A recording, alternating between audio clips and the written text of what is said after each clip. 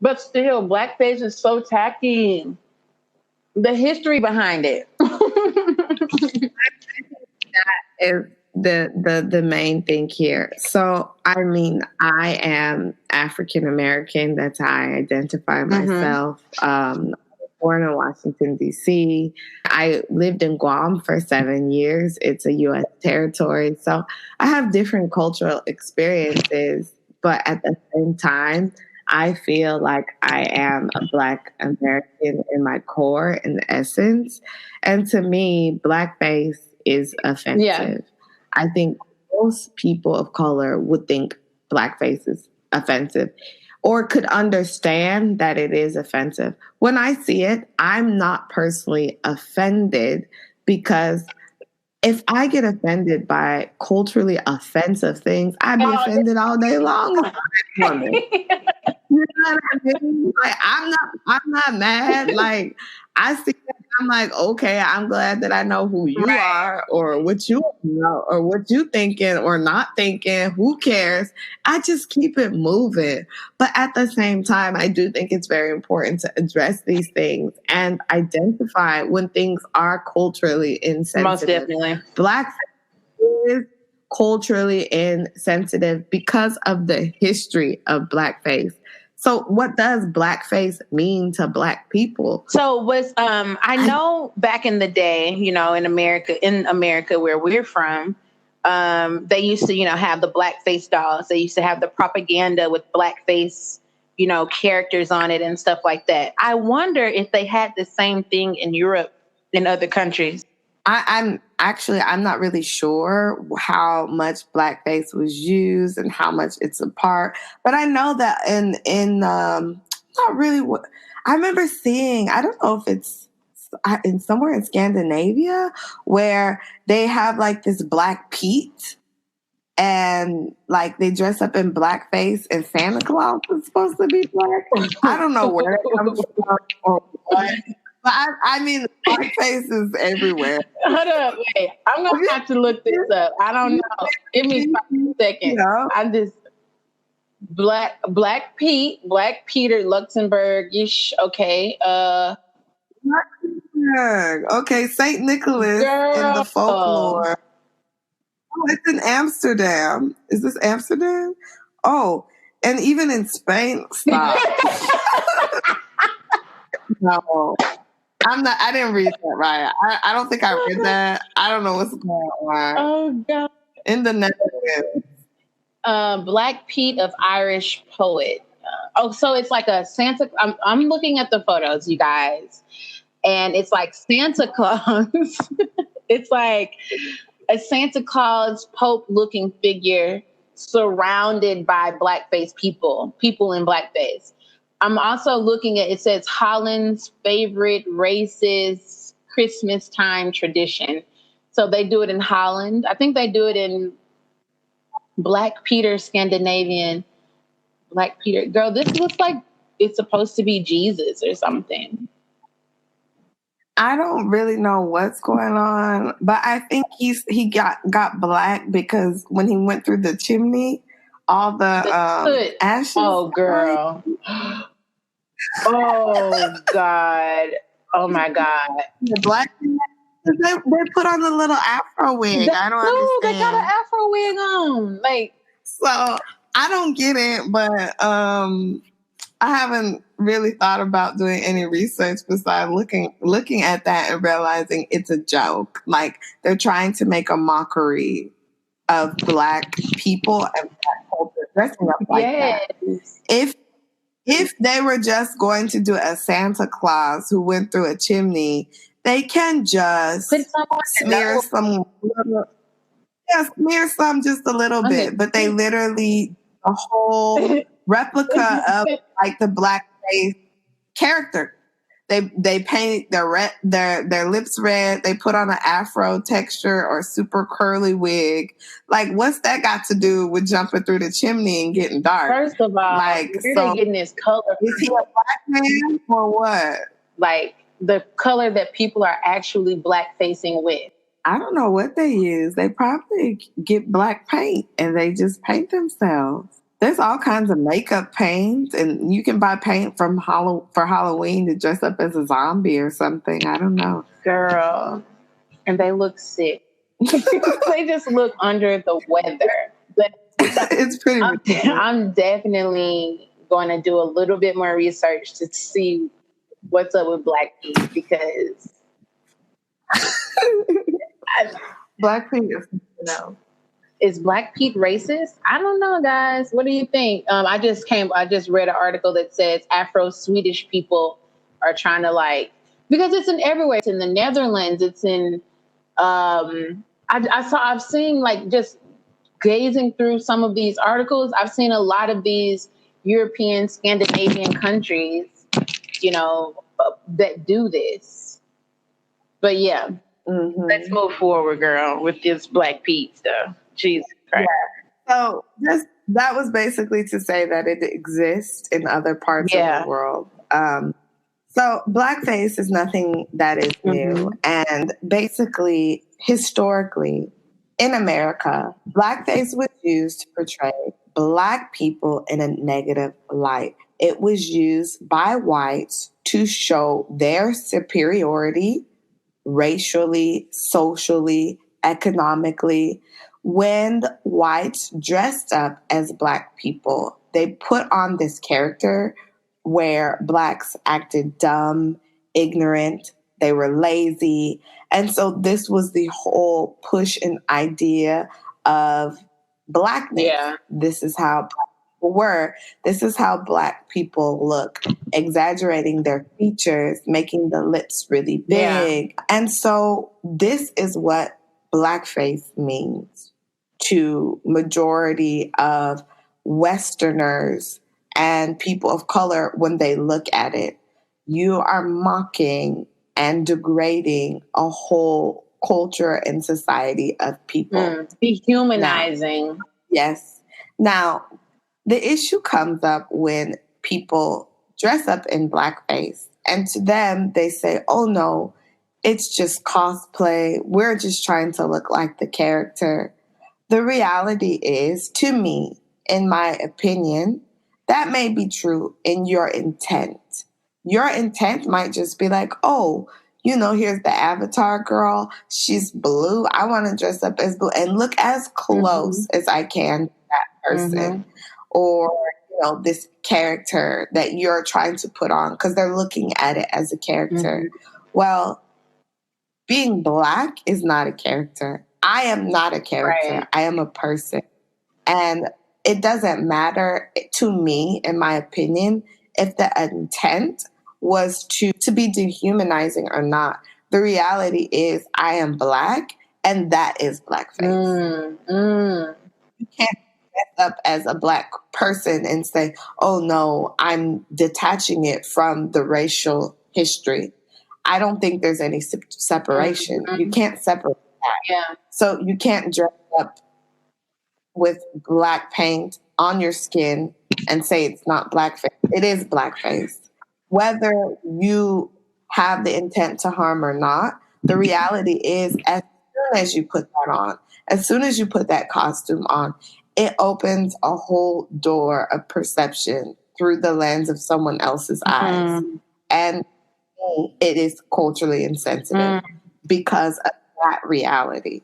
I remember two things. I remember watching this YouTube video. I don't remember what show it was, but it was a white man who dressed up as a Black person. Like he went undercover just to see and see what it would be like as a Black person. So you can probably find this on YouTube, possibly. Oh, I think what he did was he, went along his day. He went about his day.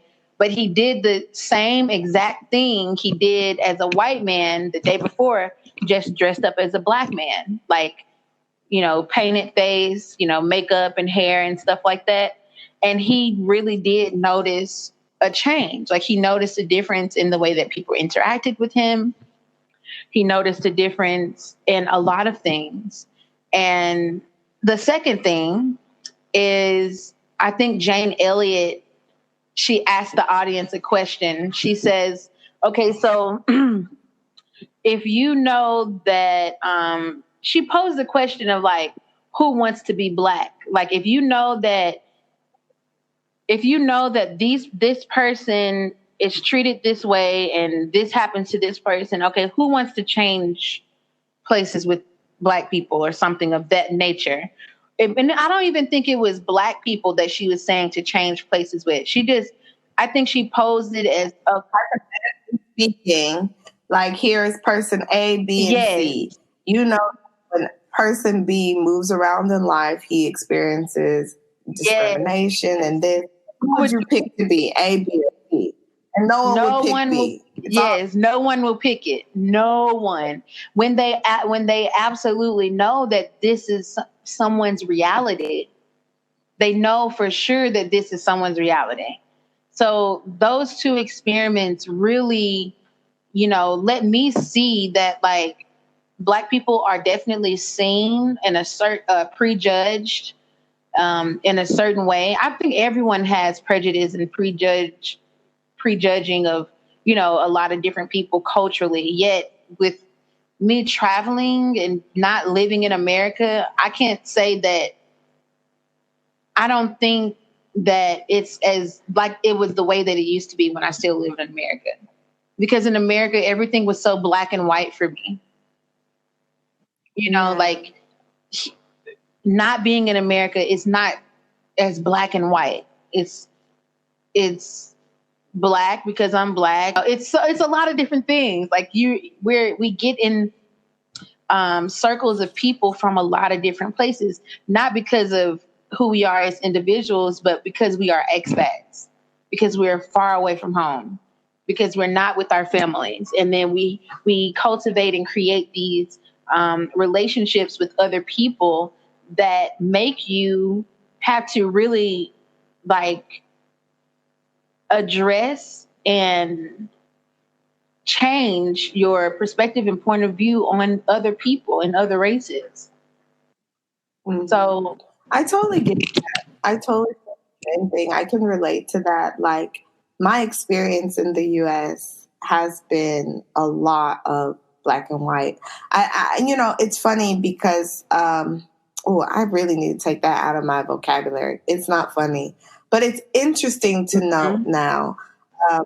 As Black Lives Matter has become like a trending topic, so to speak, Black people talk about race all the time. Black Americans talk about race like the weather. It is part of our human experience. Right. The color of our skin, it shapes our entire world that we talk about it. We've talked about it like since I was a kid. My parents are telling me about race and how people are going to treat me, or I was at the pool with my mom and we're living in these apartments and I'm a kid. I don't know, maybe I'm 6 or 7. And a woman decided to tell my mom that we couldn't be there because, we're Black people in the pool. That's a historical thing in the U.S. Absolutely. Segregated. And, I don't know, this is in the 90s. This is a long time after this. And, anyways, she played that same card that we've seen replayed on viral videos in the news and on the internet, calling the police. This woman basically did the same thing. And I'm like, Mom, what's going on? And my mom has to say, you know what? We have every right to be here. When I was younger, I wasn't allowed to swim with white people in a pool. Girl. And it's just being racist. And when I was a kid, I didn't get upset. I was just okay. My mom's like, yeah, we're just gonna wait here. We'll talk to the police.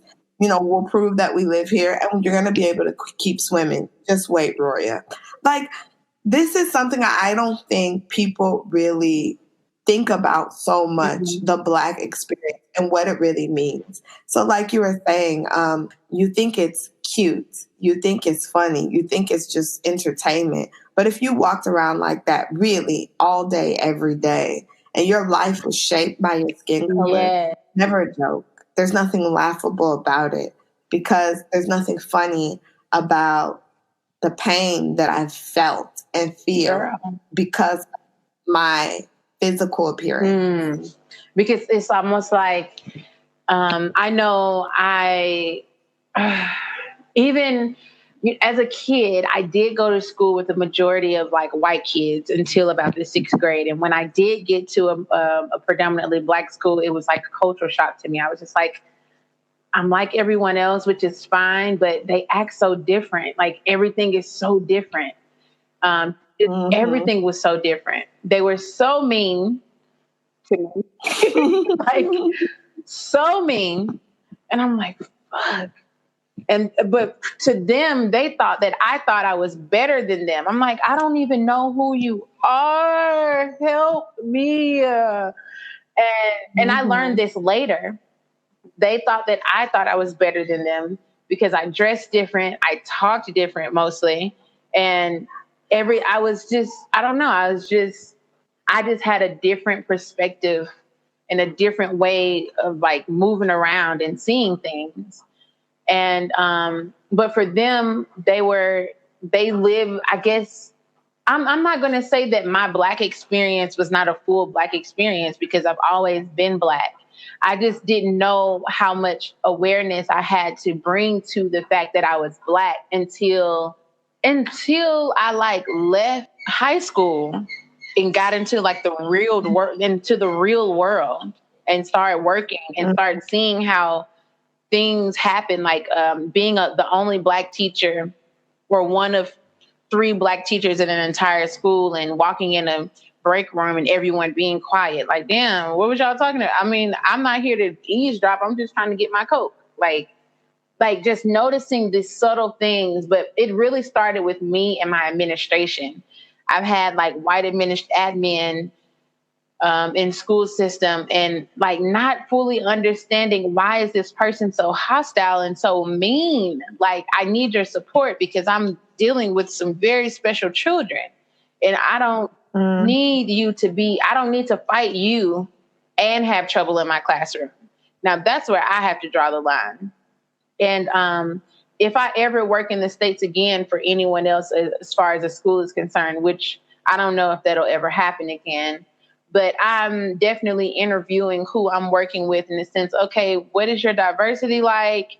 Do you have issues with Black people? I'm just going to be really flat out about it. And I'm to the point where it's like standing in my truth is what's up for me, because I need you to know I'm not talking around. I'm talking directly to things because I want to know the type of people that I'm spending more than 5 hours with per day, more than 40 hours, 50 hours a week with. I want to know what type of environment I'm going to be in. So shaping my whole life experience from being a Black woman, like it can be really exhausting. It can be very, very exhausting.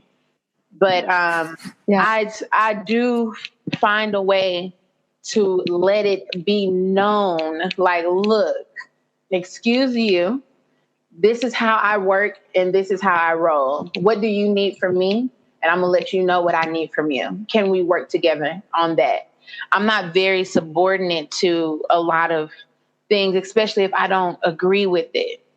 If I look, and I have to let that, I've learned that through therapy and experience that I have to let it be known. I have to let it be known. Yeah. This is not how I roll. And this is what I need for you when I'm with my students. And if you can't do that, then we might have a problem. Well, I need somebody else that I can do that with. I need full access. And that's very important. You know where you are and who you are and what you need from an employer. These things are very important. And the reality is that environment does not exist in a lot of places. Yeah. So as an educator and as someone who wants to work, whether you're working in education or not, the reality is where you're going to be able to work and feel comfortable can be slim pickings. Right. And that's something I don't think everyone also considers as a part of a Black experience. Mm-hmm. It's a part of blackface. Yeah. You don't know what this is. This is not entertainment, sir. That's part of like my real Black face, Right. like my life. Let's call it black body. And you can move into your world and continue. And I'm not saying life is not hard for you. I'm not saying that you don't face any prejudice or discrimination wherever you are, who you are. I'm just saying if your skin's not Black, being Black is not making your life harder. Mm-hmm. Mm-hmm. And that's we have to deal with in the Black community. So it's not funny to us. That's why it's disappointing. How many times do people have to say it? How many times is it going to become an issue? How many times does it have to go viral before people wake up and say, hey, you know what? We just aren't going to do this anymore. And I think it's funny that it's this issue of dressing up as Black. You know, there's a lot of incidents that have happened in the world with different cultures and societies. And if someone dressed up as a certain type of person, I think people would be like totally appalled. If I dressed up as a Jew and wore a star, I think there would be public outrage. Yeah. I don't know. I think there would be. Yeah. Something's gonna happen. I don't think there would be a lot of, oh, she's just joking. Yeah, definitely. You knew better, Black woman. How dare you? I don't think, you know, there would be so much compassion towards me, or even outside of a Black woman, someone else dressed up as a Jew and just, you know, I want to be Anne Frank and put on a star and like smiling. Actually, there were some viral pictures of people just smiling and taking selfies at like, you know, one of the Holocaust sites, and people like, you know, really bashed them. And they were taking, you know, it's a tourist spot and people are taking selfies and like smiling, and people are like, this is not a place, like it's disrespectful. These are graves. You know what happened here? Like that was the issue. I'm pretty sure like anyone could get it. And I don't see why it's a difficult thing to understand for people, or why it can even be excused. Right. Because if I painted my skin yellow and take my eyes back, I think people would be highly offended at my appearance. Oh my God.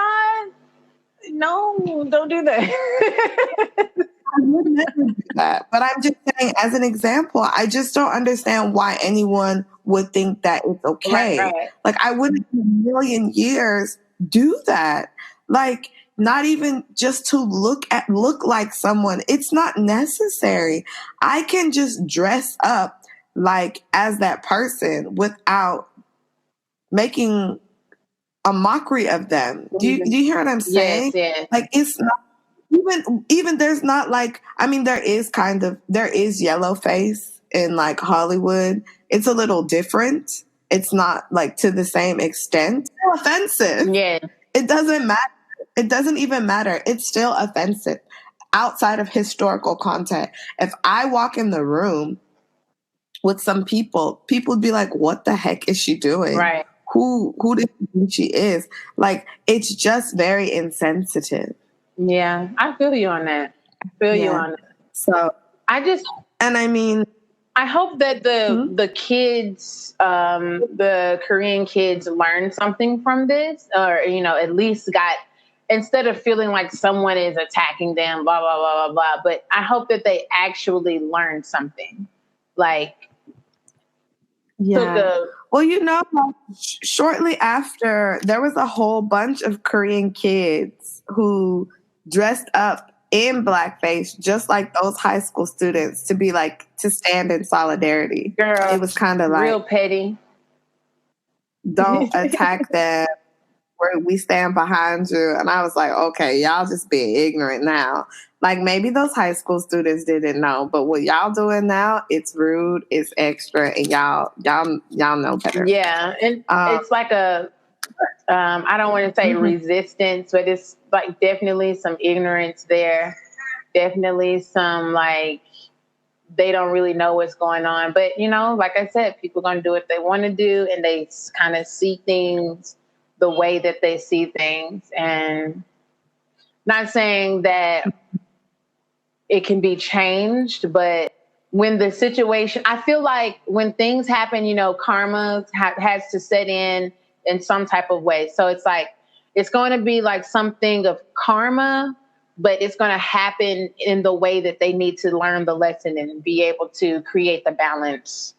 You know what I mean? Mm-hmm. So that's why a lot of things, this is what a lot of things that come up like this, it's like, I don't, I'm very detached from it. I'm very like, because I truly believe that life experience and the karma we create and the karma that was already been created that we have to live out, we have to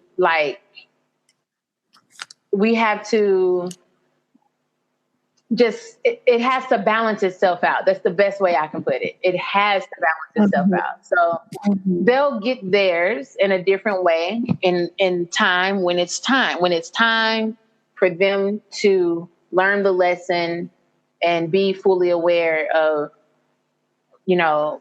what they did and just really be in that space. It's coming. Nowhere is. It's coming.